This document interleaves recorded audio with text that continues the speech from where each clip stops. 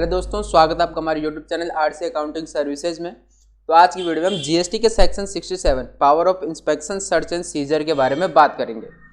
Section 67 gives the GST department the power to inspect, search, seize goods documents when they suspect tax evasion. तो देखो यहाँ पे कहा गया है जीएसटी के सेक्शन 67 में जीएसटी डिपार्टमेंट को इंस्पेक्शन की, सर्च और गुड्स एंड डॉक्यूमेंट्स को सीज करने की पावर दी जाती है। कब? जब उनको लगता है कि टैक्स इवेशन यानी कि टैक्स की हानि हो रही है। The officer must be joint commissioner और अबव और एक्टिंग विद दिस अप्रूवल। तो देखिए यहाँ पे कहा गया है कि यह किन ऑफिसर के एग्रीमेंट पे होता है? ज्वाइंट कमिश्नर या फिर ज्वाइंट कमिश्नर से ऊपर के पद में जो हमारे कमिश्नर होते हैं उनके अप्रूवल पे यह इंस्पेक्शन, सर्च और सीजर का प्रोसेस किया जाता है। देन सबसे पहला पॉइंट है हमारा when can GST do inspection, यानी कि जीएसटी इंस्पेक्शन कब कर सकता है, वह हमको सेक्शन 67 के सब सेक्शन 1 में बताया गया है। If the joint commissioner believes that, यदि ज्वाइंट कमिश्नर को यह लगता है कि a taxable person has hidden suppressed sales और रिकॉर्ड, यदि उनको लगता है कि किसी टैक्सेबल पर्सन के पास कोई हिडन स्टॉक है या कोई हिडन सेल वो कर रहे हैं जिस पे वो टैक्स नहीं दे रहे हैं, या फिर उन्हें लगता है कि उन्होंने एक्स्ट्रा आईटीसी ली है जितनी आईटीसी के वो हकदार नहीं है, उन्होंने उससे ज़्यादा आईटीसी क्लेम कर लिया है, या फिर उन्होंने जीएसटी के रूल्स को ब्रोक किया है। और एक ट्रांसपोर्टर और वेयर हाउस ओनर के केस में है कीपिंग अनटैक्स गुड, यानी कि वह उन गुड्स को अपने वेयर हाउस से ट्रांसपोर्ट में रख रहे हैं जिन पे उन्होंने टैक्स जमा नहीं किया है।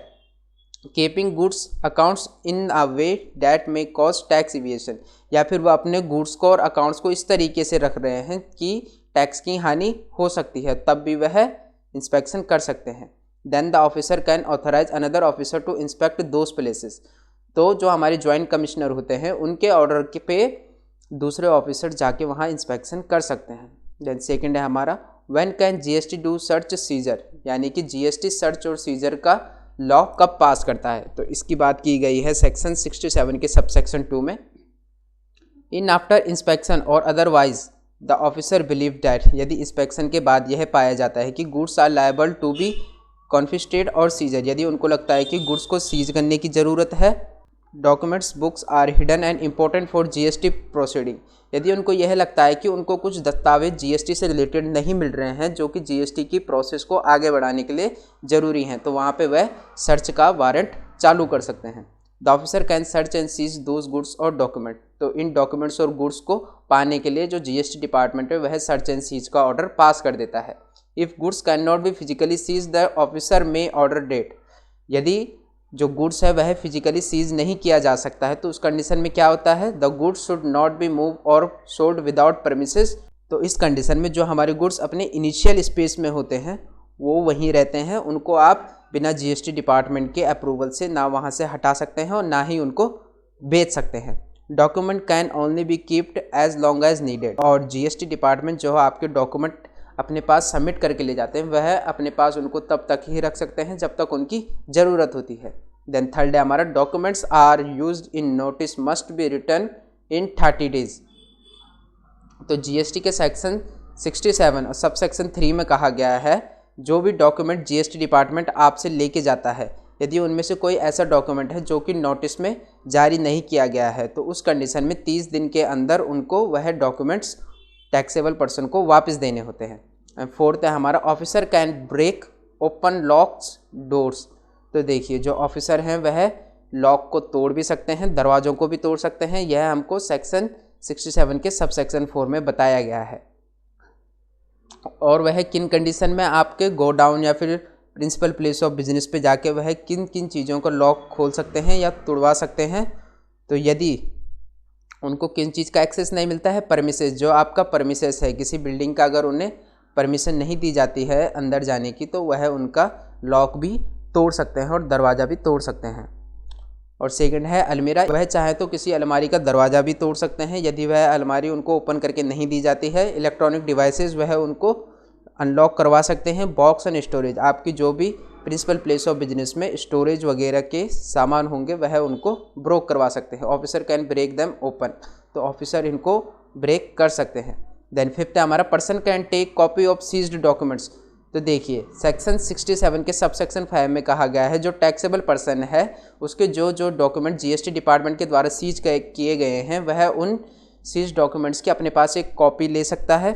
The taxable person can take copies और एक्सट्रैक्ट्स, वह उनके कॉपी ले सकता है या फिर उनका एक मूल विवरण ले सकता है from seize documents in the presence of an officer, और यह जो भी डॉक्यूमेंट्स वह लेते हैं वह ऑफिसर की प्रेजेंस में ही ले सकते हैं। बट इफ़ टेकिंग कॉपीज में affect the investigation the officer can denied, और यदि उनको यह लगता है कि इन कॉपी को देने से टैक्सेबल पर्सन कुछ चालाकी कर सकता है या फिर टैक्स की हानि हो सकती है तो उस कंडीशन में वह उसको डिनाई कर देते हैं, वह कॉपी देने से मना कर देते हैं। देन 6 है हमारा seized goods can be released. तो सेक्शन 67 के सब सेक्शन 6 में कहा गया है तो seize goods can be release, यानी कि जो गुड्स सीज किए गए हैं जीएसटी डिपार्टमेंट के द्वारा वह रिलीज किन कंडीशन में किए जाते हैं।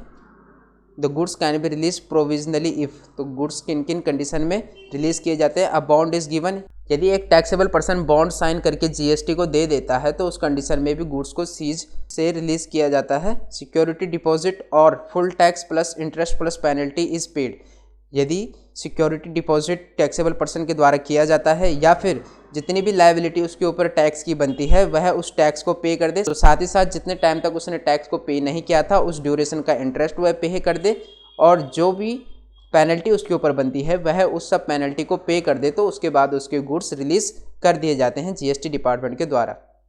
7 है हमारा if notice not issued with in 6 month goods must be return. तो सेक्शन 67 के सब सेक्शन 7 में कहा गया है यदि 6 महीने के अंदर नोटिस नहीं जारी किया जाता है तो उस कंडीशन में जो आपके गुड्स हैं वह आपको रिटर्न करने होते हैं। The period can be extended by another 6 month for valid reason, और किसी वैलिड रीज़न के कारण वह आपके गुड्स को 6 महीने के लिए और अपने पास सीज करके रख सकते हैं। देन 8 है हमारा preservable hazardous goods may be sold quickly, जिन गुड्स को प्रिजर्व करने की ज़रूरत होती है या फिर जो चीज़ें हानिकारक होती हैं उनको जल्दी से बेच दिया जाता है।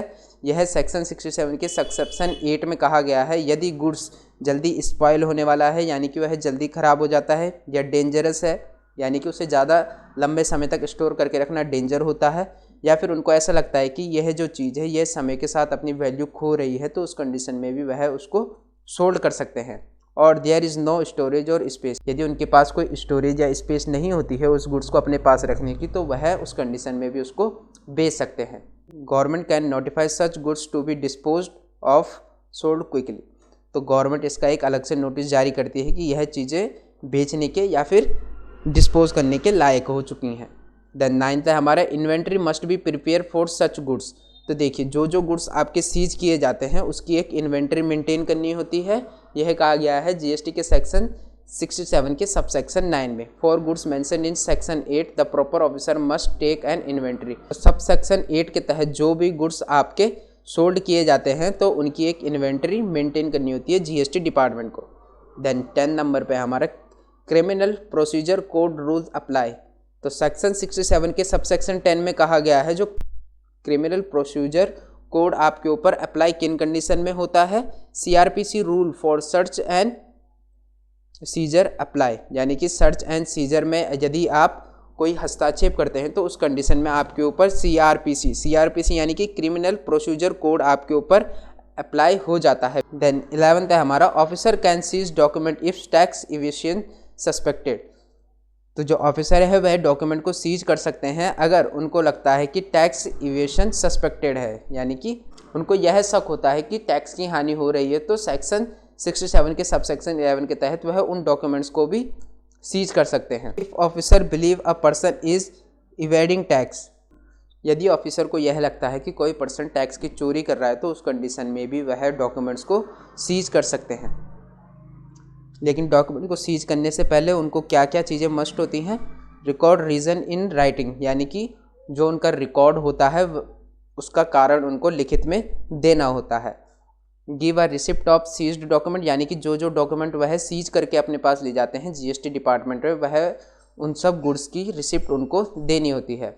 Keep them only as long as needed, यानी कि जो गुड्स वह सीज करके ले जाते हैं वह उन गुड्स को उतने ही समय तक रख सकते हैं जितने समय तक उनकी ज़रूरत होती है।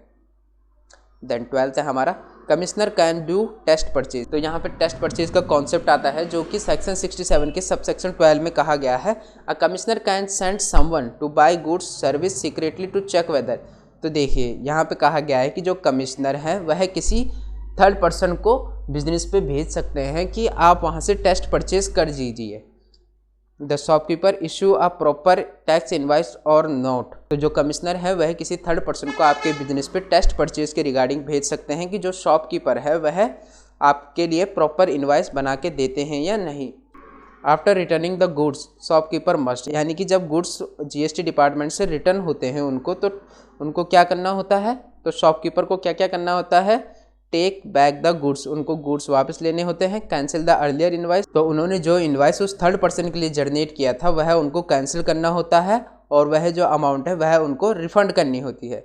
यानी कि अगर जीएसटी डिपार्टमेंट किसी व्यक्ति को आपकी दुकान पे भेजता है एज अ टेस्ट परचेज, तो मान लीजिए कि 12,000 का वह सामान खरीदते हैं और शॉपकीपर ने टैक्स इनवाइस बना के उस थर्ड पर्सन को दे दिया, तो इस कंडीशन में कहा गया है यदि ऐसी कंडीशन आती है तो इस कंडीशन में जो शॉपकीपर है उसको वह गुड्स वापस लेने होते हैं, क्योंकि वह किसी पर्सनल पर्पस से खरीदने नहीं गए थे, वह टेस्ट परचेज के रिगार्डिंग गए थे। तो उस कंडीशन में उनको गुड्स वापस लेने होते हैं, जो इनवाइस उन्होंने जनरेट किया है उसको कैंसिल करना होता है और जो अमाउंट उन्होंने पे की है, जो 12,000 रुपये उन्होंने पे किए हैं, वह शॉपकीपर को उस थर्ड पर्सन को वापस देने होते हैं। इस प्रोसेस को ही टेस्ट परचेज कहा जाता है।